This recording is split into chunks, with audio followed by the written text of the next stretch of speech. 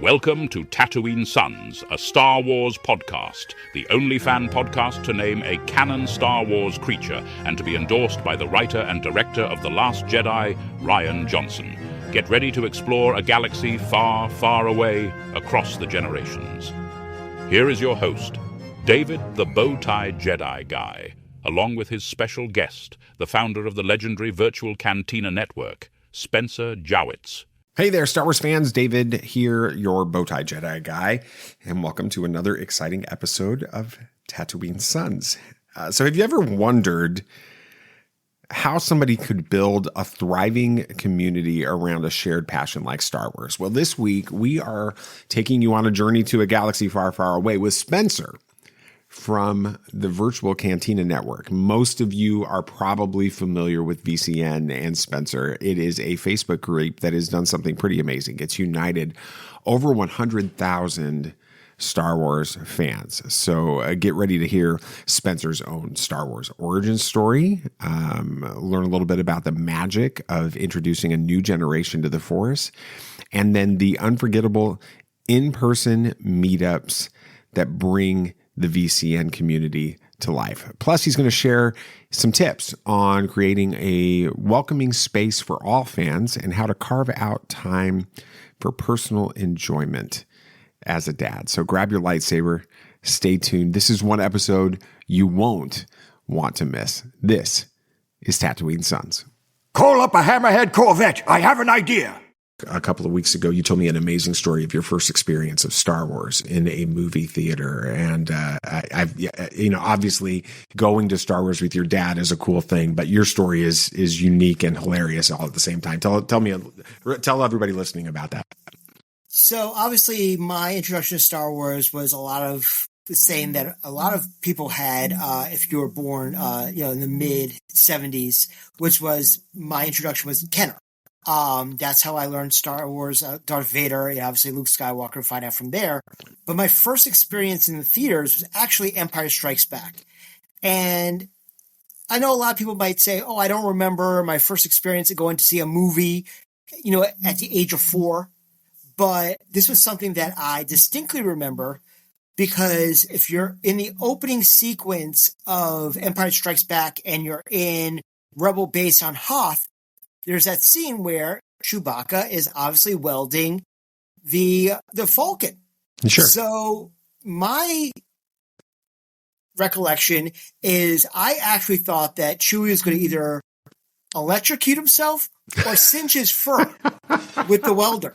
So I started crying. And how old were you? I was 4. 3.5, 4 years old. But I'm concerned about Chewbacca and his well-being, so I started crying my eyes out, and my dad's like, you're embarrassing me, and took me out of the theater. So that's my first, recollection of watching Star Wars in the theater. But since then, not only is Empire Strikes Back my favorite Star Wars movie, but it's also my favorite movie of all time. And it's funny how I have that memory of how troubled I was by this movie. It turned out to actually be the movie that kind of shaped my fandom and also shaped my life as well. So it's kind of cool in that, aspect. And it's cool that you had a dad that was willing to not only take you to see it as a 4-year-old, but willing to take you out of there because you were having a complete meltdown at that moment. Sure. Yeah. That's funny. So a lot of our dads like that, our listeners are dads, introducing Star Wars to their kids. What's it like for you to see a new generation, and now, being an original trilogy fan like you were growing up in that area, seeing a couple of generations, discovering a galaxy far, far away? And how does that influence what you guys do over at the Virtual Cantina Network? So a little insight for myself personally is going into Celebration 2019, which was Chicago. Mm-hmm. I wouldn't say I was a prequel hater per se, but I was an original trilogy loyalist, in the capacity that, nothing will ever touch DOT, Mm-hmm. How dare they, blah, blah, blah. And seeing the love that Ahmed Best got in Chicago was a wake-up call, really, for me in the fandom. In the capacity that I was like, you know something? This is not my Star Wars anymore. It really isn't. That the kids of the prequels were now the parents that were bringing their kids to Celebration, and the love that Hayden got, that Ahmed got, that Daniel Logan got, that Ray got, that Ewan got. That was their Star Wars. It was not there was always going to get props given to Harrison, Carrie, Mark, Peter, Anthony, Ian, Kenny, you know, the whole old school traditionalists, you know, OT people. But people were going to harbor more on the prequels. And if you watch Mandalorian, even though it's after Return of the Jedi, Dave Filoni is heavily prequel oriented.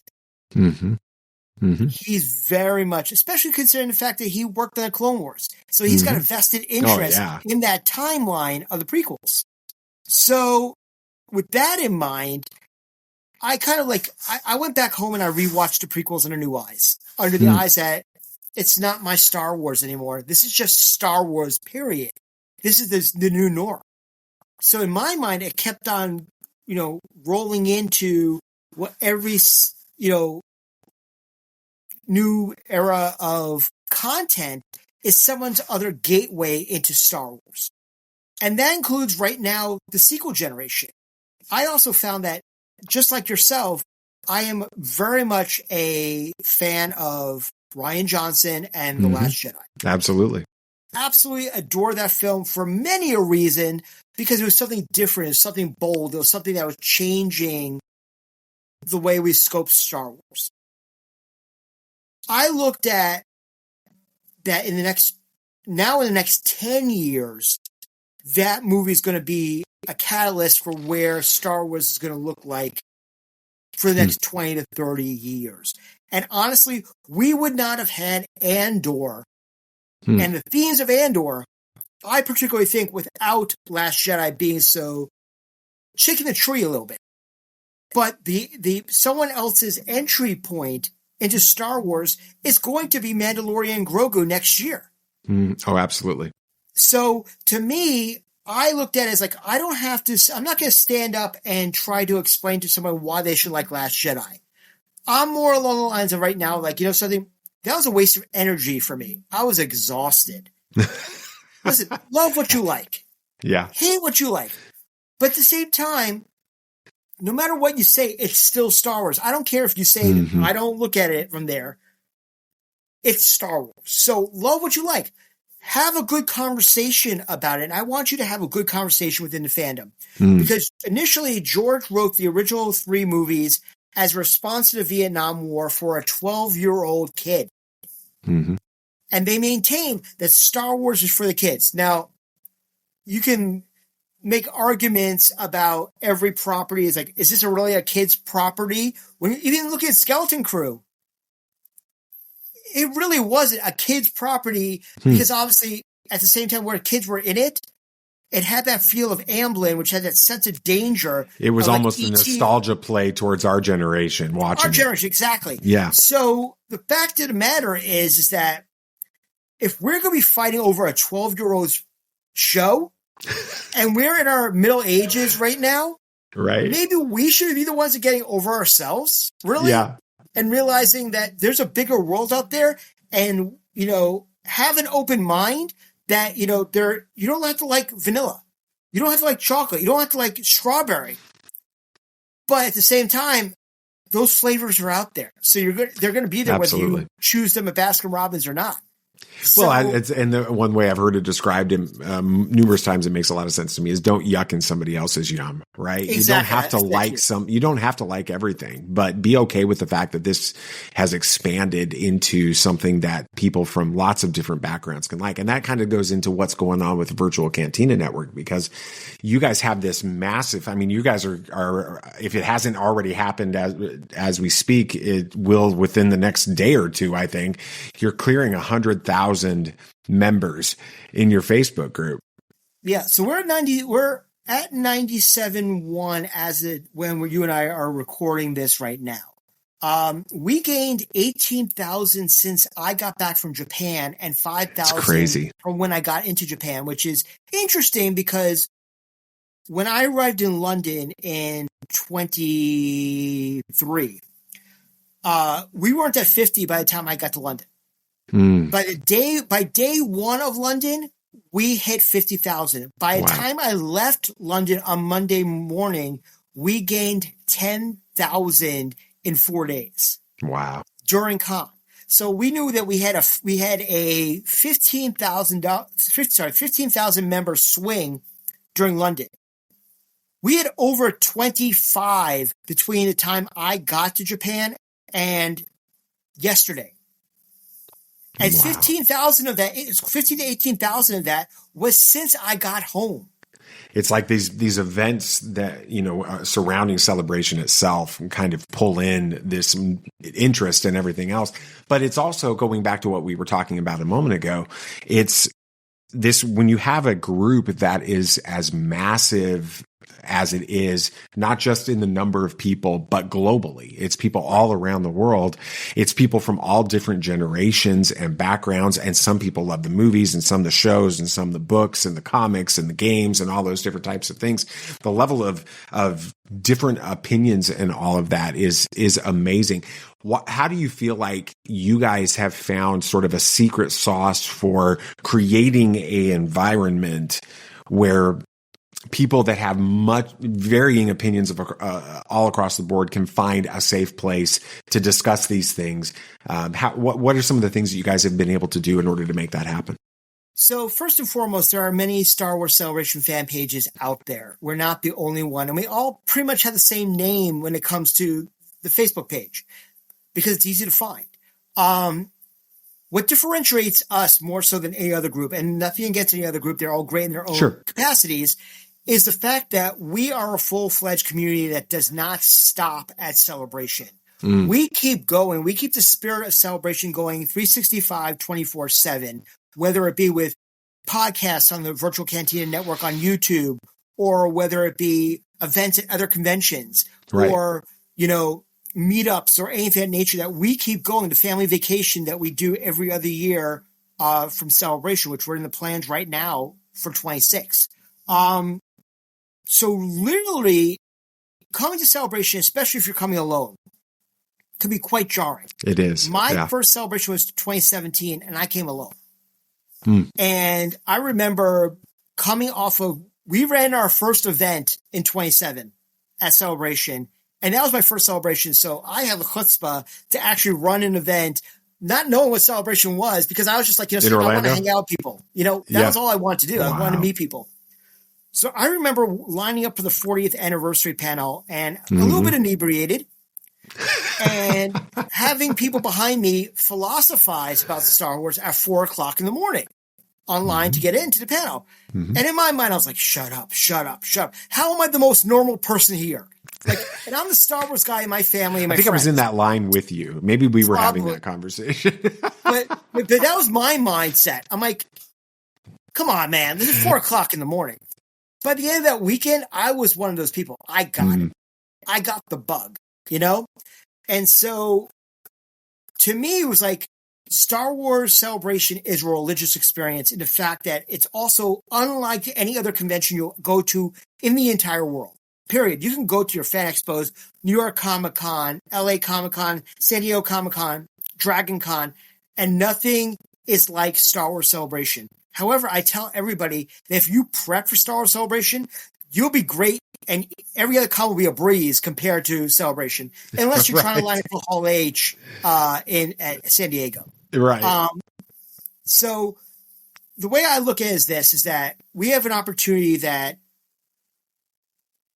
we go to a lot of my friends and I go to cons together all around the country or all around the world, not Celebration-esque.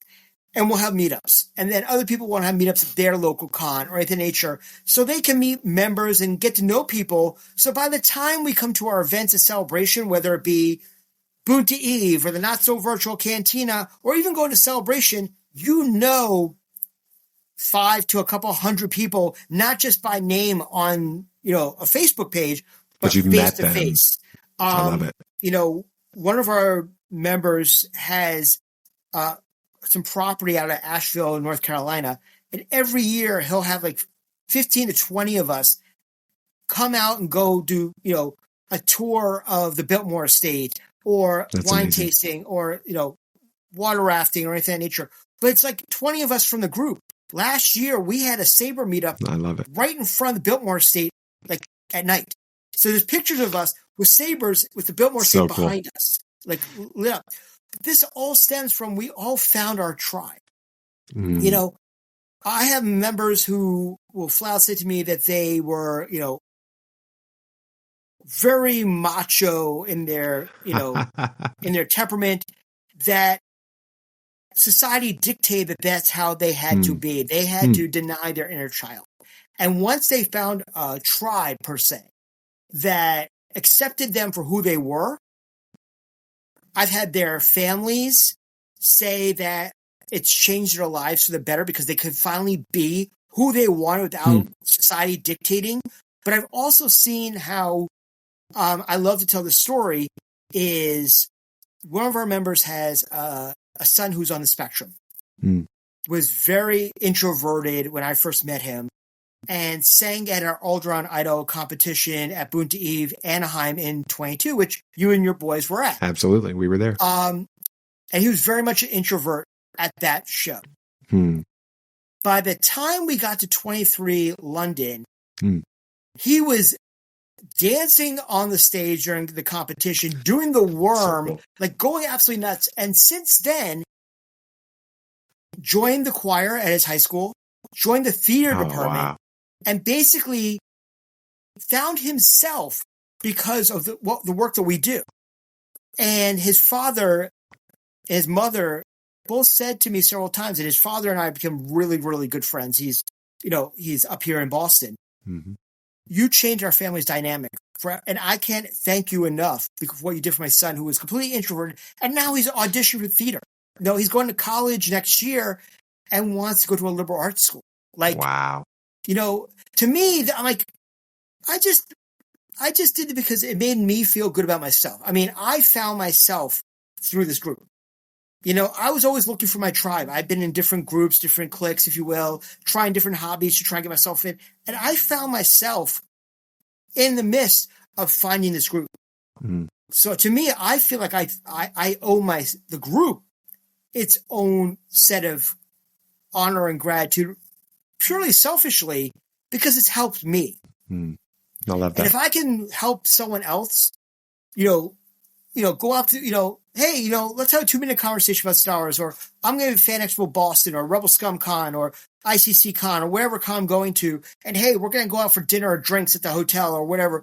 Come with us, because by the time we get to 27, you're going to know at least 5 people.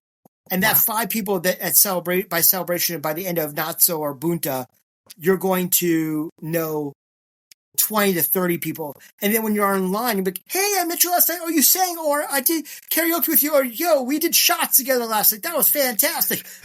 It's a conversation you're having while you're online, for 2 hours for Hayden or anything of that nature. And I love that because, and then we get to keep that spirit around for the 2 years in between celebrations. That's just that much more, when we go there. We, unfortunately, I couldn't go to ICC Con this past weekend, but we had a fan table there, and a lot of people, either who were members or knew about the work we did, came up to that table, or knew about what we were planning on doing with Rebel Scum Con at the end of August down in Frisco, Texas.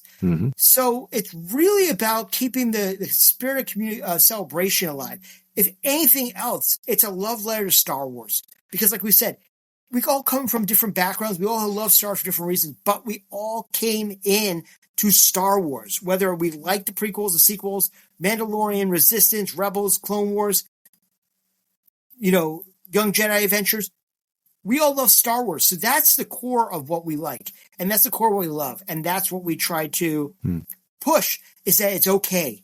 It's okay to like or dislike something, but you might have a friend who might not like that. That's completely okay, as long as you're not, yucking, as you said, yucking someone else's yum and destroying Star Wars for them for that particular reason. You guys have seen this online community as you were describing there, become a offline community, a real world community where people meet up and get to know each other and those types of things. And one of the ways that has manifested that is honestly becoming pretty legendary in the Star Wars community are these Boonta Eve celebrations. You guys have, was the first one that was that Not So Virtual Cantina? What's the difference between Not So Virtual and Boonta Eve, by the way? So Not So Virtual Cantina in its correct form is the night before Boonta Eve is us going to a bar at the local hotel and just, hey, let me at the bar. Let's just do a swag train. Let's hang out. Let's have a couple of drinks. That's it. No pressure. When we decided that we were doing Japan, which initially I could flat out say I did not want to do just because of logistics. I didn't want to run a show at all. And one of my right-hand man, Dave, was like, Spencer, you're going to be running a show. I'm like, I don't want to run a show. Do you understand the anxiety that I'm having about running a show in Japan?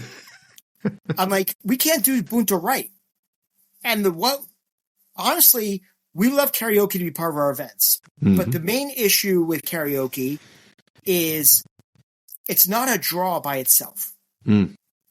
Especially when you're in Japan, when there's karaoke all around the country. Mm.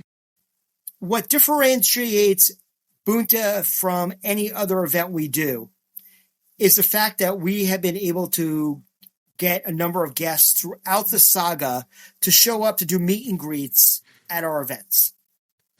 So I was not flying anybody to Japan. That was another thing I was not going to do. So I was like, I can't get it.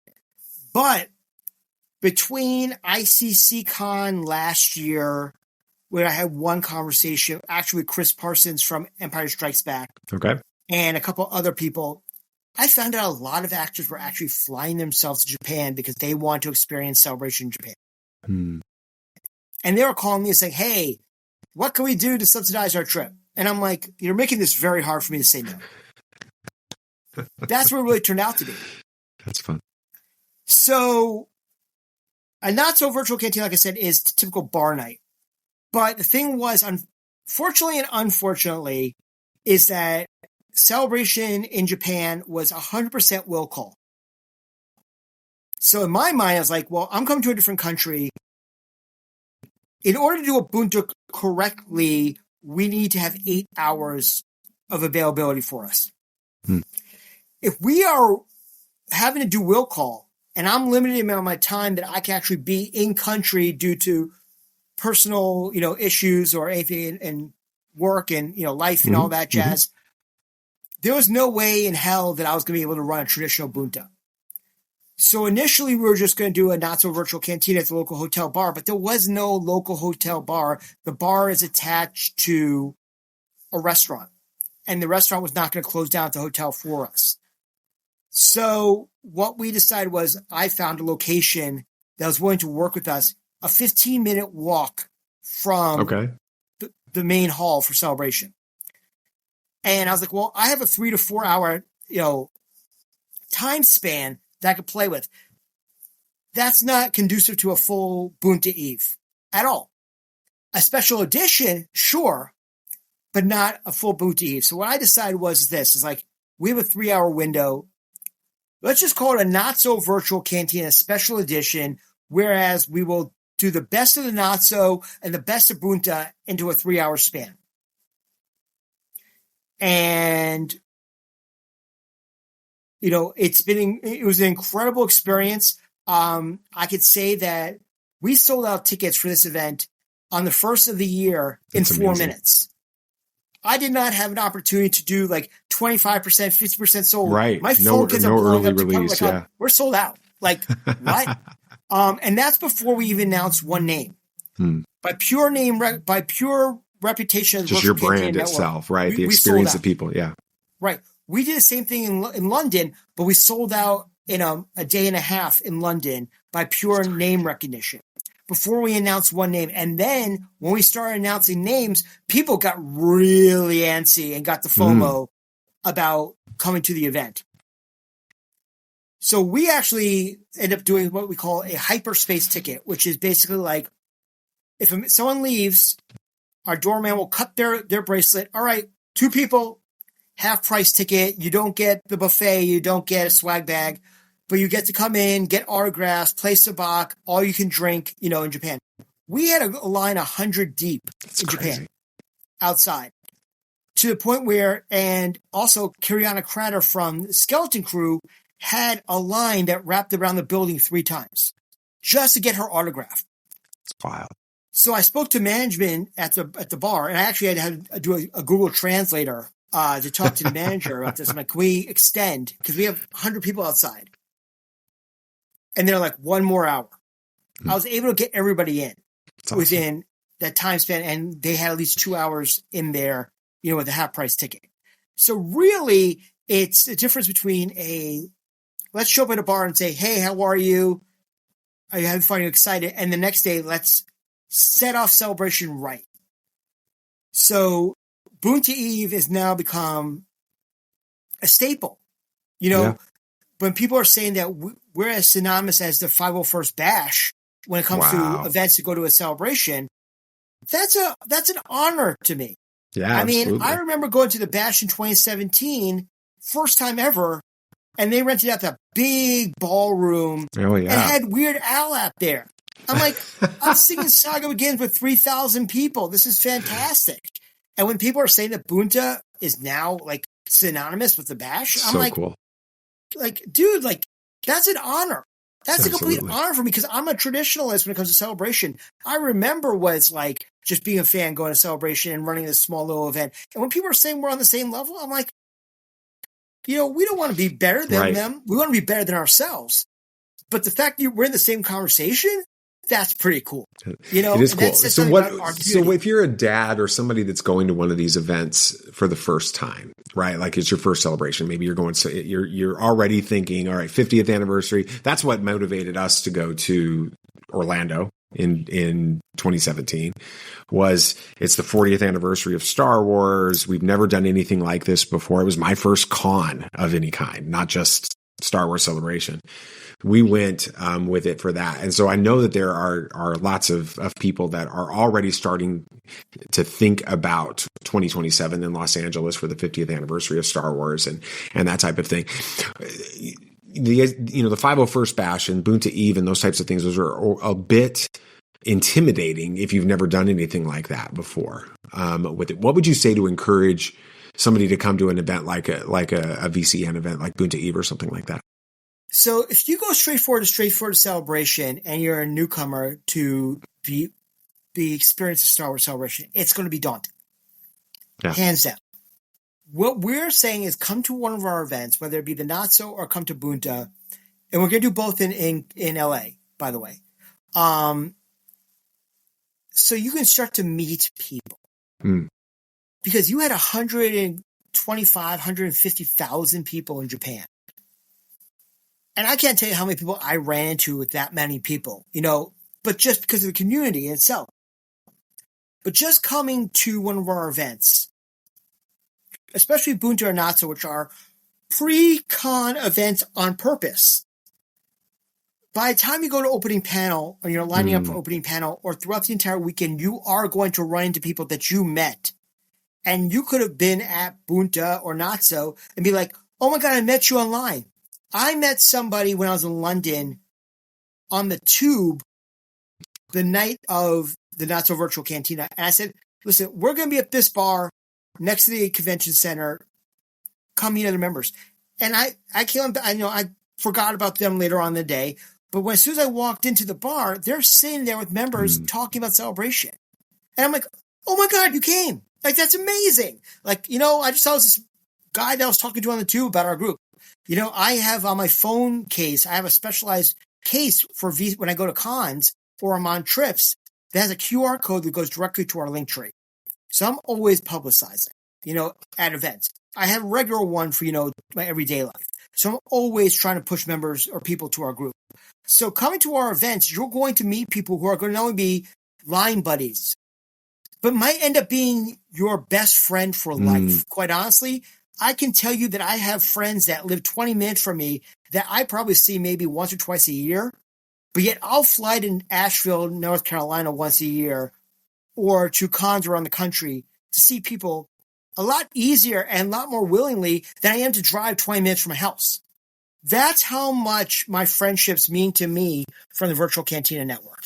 And that's just me being pure selfish about wanting to spend time with people who I have a common bond with. I mean, I grew up and I seemed very extroverted. I was very much involved in theater and the arts and that nature. But as I got older, I became more of an introvert and very careful about who I opened myself up to. When I found my love of Star Wars, and in the last 10 years or so, 8 years that we are right now, since my first celebration, unless I found a common thread, common denominator with somebody, love it. Small talk actually exhausts me. Mm-hmm. And I can't have a conversation. But if someone is a Star Wars fan, I can talk whatever I want with them because I feel comfortable in myself that I could be myself around them, and I don't have to put up a facade of someone who I'm not. And I hate that. And I want people to be able to feel like they finally have a group of people that they want to spend time with. That, you know, we go on vacation. We had a massive vacation in 24 up and down the California seacoast, you know, for an entire week with 80 of us, you know, on a bus or whatever. But we have stories, and now we're like, oh my God, you know, I'm going to Celebration, or I can't go to Celebration, but I'm going to go to Rebel Scum Con because I can at least make it to Boonta there. I have members who are literally just flying in to come to our Boonta and not even go to Rebel Scum Con. Like literally coming in just to hang out with us for 4 hours, and then not even getting a hotel room, Ubering back to DFW and going home. Like, wow. To me, I'm like, you know, you should definitely come to con because, you know, obviously we're working together, but it's an honor that you're even coming out at all for us, you know? So I want to encourage that, you know, there are friendships and relationships to be made in Star Wars, whether you're coming for your first time or you've been to every single celebration since Denver, you know?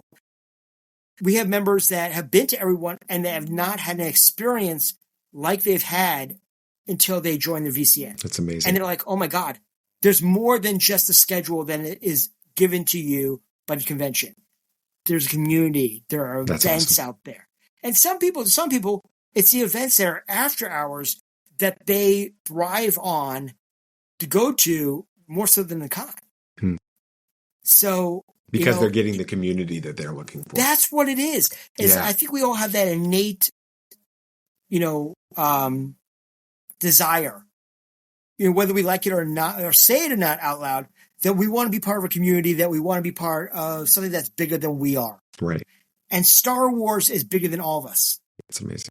And Virtual Cantina But it also Network becomes a shared language, right? It's like what you were talking about. It gives you something to have conversations about that opens up the opportunity to build relationships that extend beyond this, to where it's not just coming to a con. It's not just coming to a meetup at a con. It's not just talking about a specific franchise or property that you love so much. It becomes something that you guys have relationships that extend online and offline. You go do vacations together. You do these different types of things. And this is a place for people to build these relationships that become lifelong friendships. Well, I mean, you can attest to this as well, as that Absolutely. As you get older, it becomes tougher and tougher to make friends outside your inner circle because you're dealing with, you know, okay, you know, if you're a parent, you're dealing with the other parents, or you're dealing with work colleagues, and you don't have much time outside of your 9 to 5 to go out and, you know, go to a bar or go to a movie unless it's scheduled at that particular time. It becomes increasingly difficult to do that. But if you got an inner love of Star Wars, then you make friends like, hey, I can message them on Facebook. I can text them. Okay, you know, Rogue One or Sith is back in the theaters. I can get a group of like 10 of us together. We know exactly that we're going to meet at this theater at this time. We got the tickets already set. You got this community of friends that like I can go and nerd out, you know, for a couple of hours with people who actually believe, who have the same like belief structure as I do and want to, you know, welcome their inner child. And I think that honestly right now, overall, this is the renaissance of the geek. Everything that you and I grew up with is cool again. But the thing is, we knew it was cool back then, but we couldn't talk about it in public because Right. we get our asses kicked. Let's call it as it is. And now everything from the 80s and 90s is like pop culture. It's like, oh my God, like we're like, yeah, it was cool for us back then. Right. Now we can actually be ourselves and talk about it and have a good time. And you could share your love with your boys of Star Wars and bring them in to whatever level from there. But the fact of the matter is that it's no longer not inaccessible, but also not cool. Like it's cool now. Yeah. Like people are like, oh my God, I want a celebration. Oh, I want to hit Hall H over at San Oh Diego. yeah. I mean, everybody was, commenting on May the 4th this year and posting about it and stuff like that. It's just everybody's talking about these things.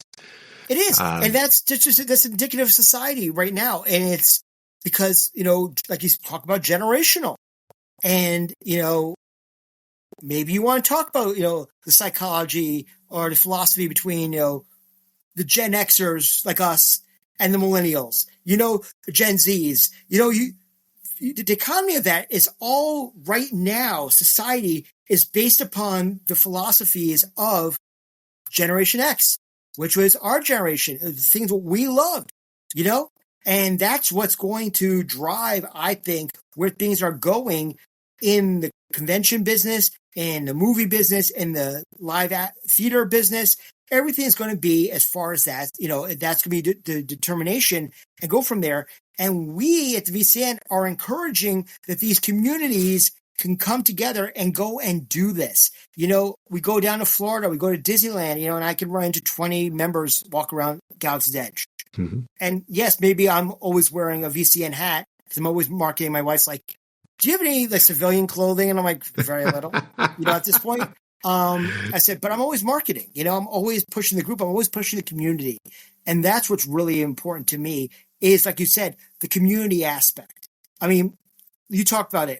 Someone went to Japan for Celebration. I know people who flew Japan for the first time ever to go to Celebration. I know people who went to London for the first time who went over for Celebration and caught the bug. I honestly feel that with the 50th coming up in 27 and it being back in the United States, sure, is indicative of why we grew so much in the last month, is because there's so much riding on Celebration 27. And there's so much expectation. And I want to pop a balloon right now and say, nothing is ever going to beat the 40th anniversary panel. I don't care what you say.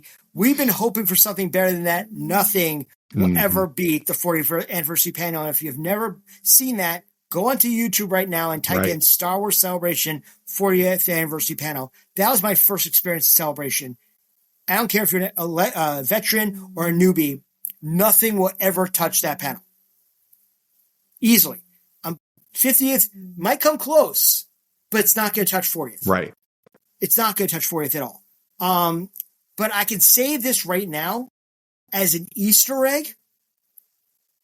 We booked the location for 27 Boonta already. The deposit is in. We signed the contract. And we signed that within 2 weeks of being back from Japan. We started talks within our group at the dinner, our group dinner after Celebration. The Sunday night after closing ceremonies, we started talking.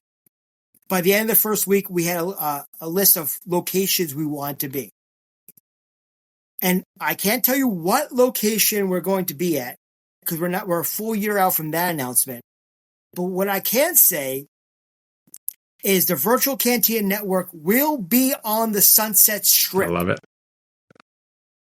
In 2027. And it's going to be historical. Absolutely. And that's all I can say. I know. You and I have talked offline. I know what's coming. I think I know what's coming, and I'm excited for it.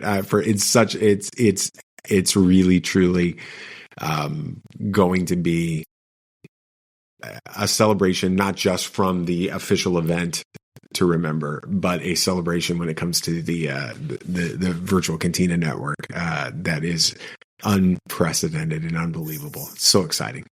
The philosophy that I have, and I work in event marketing and event planning, on my day job as well. So it kind of lends itself to there. Is I don't want any one of my events to be cookie cutter in the same event year after year. Honestly, I don't want to. Does that have the same principles? Sure. But I'm never out to do I'm out to do better than the year before. I always say my favorite celebration is the following one. My favorite Boonta Eve is the next one. And, feather in my cap, or feather in the cap of VCM, we sold out 3 continents. Yep. We sold the United States, we sold out Europe, and we sold out Asia. Like at this point, we realized that, halfway through the not so in Japan. And it's like, wow. And that's indicative of the fandom. And it's indicative of our family members. We're not just members, we're family. And that's the one thing that I think differentiates us from the other group, going back to what we talked about earlier, is that we treat each other like family. And it's chosen family. And family that we can actually be ourselves around. And some of us are estranged from our blood family. And our chosen family becomes our family. And we encourage that you finally feel like you have a place of belonging and also something to look forward to. So yeah, if you have something to look forward to, 2027, we will be back in a big way with Boonta Eve episode 5. We're gearing up right now that we're running a massive Boonta Eve special edition attached to Rebel ScumCon in Frisco, Texas this August, which is an after-hours event. And some people are like, well, is this an after-hours event or is this another con? I'm like, we're changing the game of where an after-hours event can be. That it's not just an after-hours event. It's not just a convention. It's an experience that you can jump on outside. And it's all community building. And we encourage that. And we put up on our new website, which is virtualcantinanetwork.com. There's a hire us section right now that if you want to bring us in for your con and want to run a Boonta or want us to help you with event management or event planning or even helping booking talent, we're available for that now. That's a whole new avenue that we're starting to get involved in thanks to our involvement last year with ICC Con as well as Rebel ScumCon this year is we want to help everybody do better. Because it's not just about us. It's not just about that con. It's about the community and the fandom and keeping that going alive and also branding. If we can help another con, increase their gate, sure, then we're going to do it. And it doesn't matter if it's, one con versus another. It's about community at large. It's not one versus the other. It's about all of us. So if someone wants, obviously they're hearing this, they're excited about what's going to be happening in 2027 and hearing about that and all these live meetup events at Rebel ScumCon and other events that you guys are a part of, but they want to be a part of the community here and now. Like as soon as they get done listening to this, they want to be a part of be a part of the Virtual Cantina community. What's the best way to get involved? So it's twofold. Obviously, first and foremost is our website, which is virtualcantinanetwork.com, and then go to our links, and there's a link to all of our socials, including the Facebook page.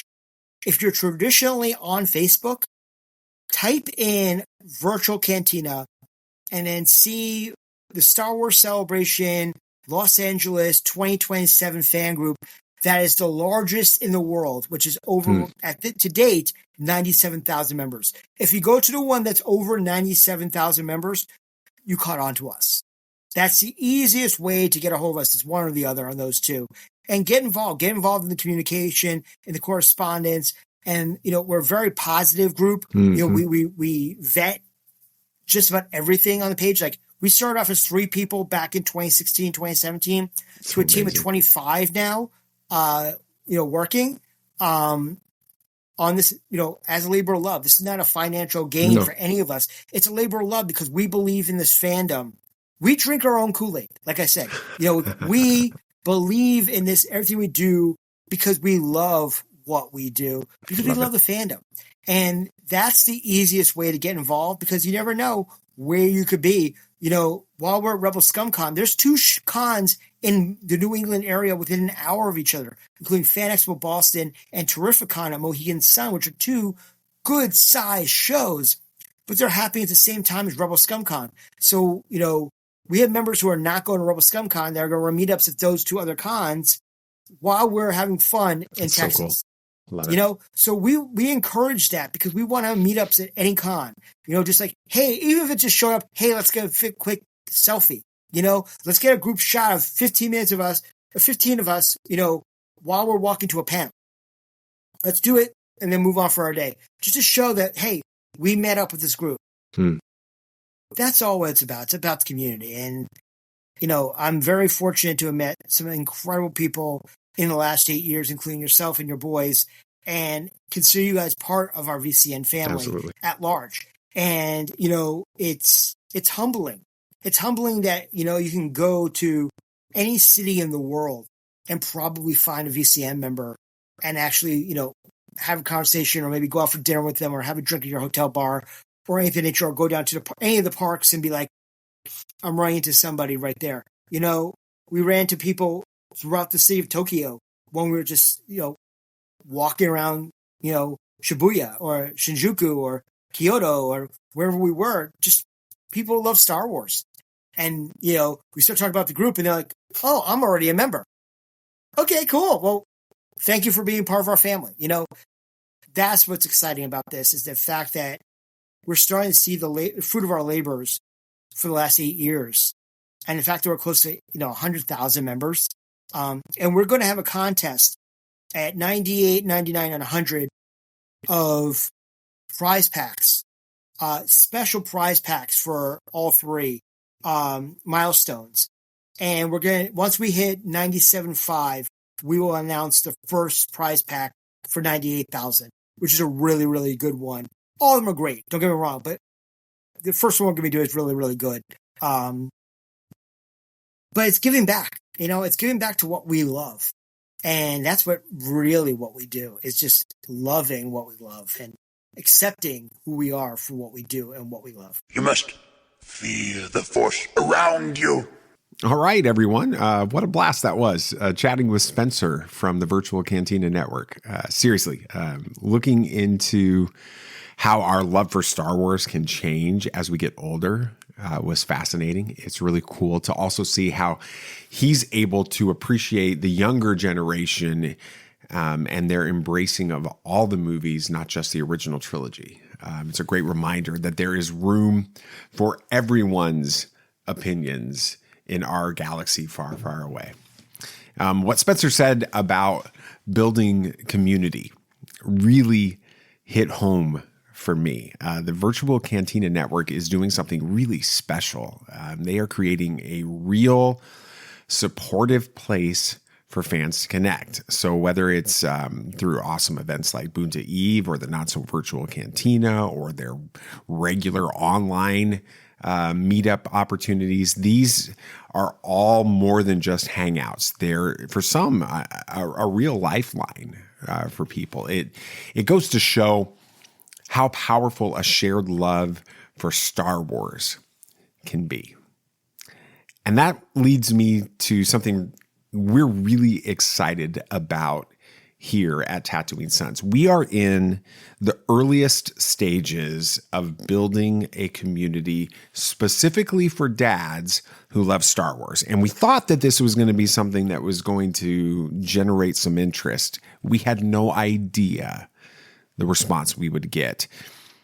Talk 700 people in a week raising their hand virtually online and saying, I want to be a part of this community. How awesome is that?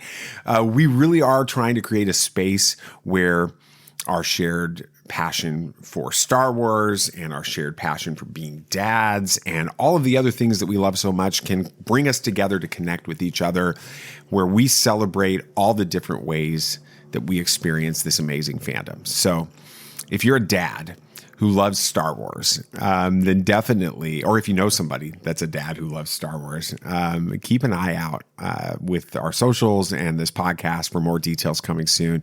Again, we're in the very earliest of stages, but we've got some things in motion already, and we'll be sharing those soon.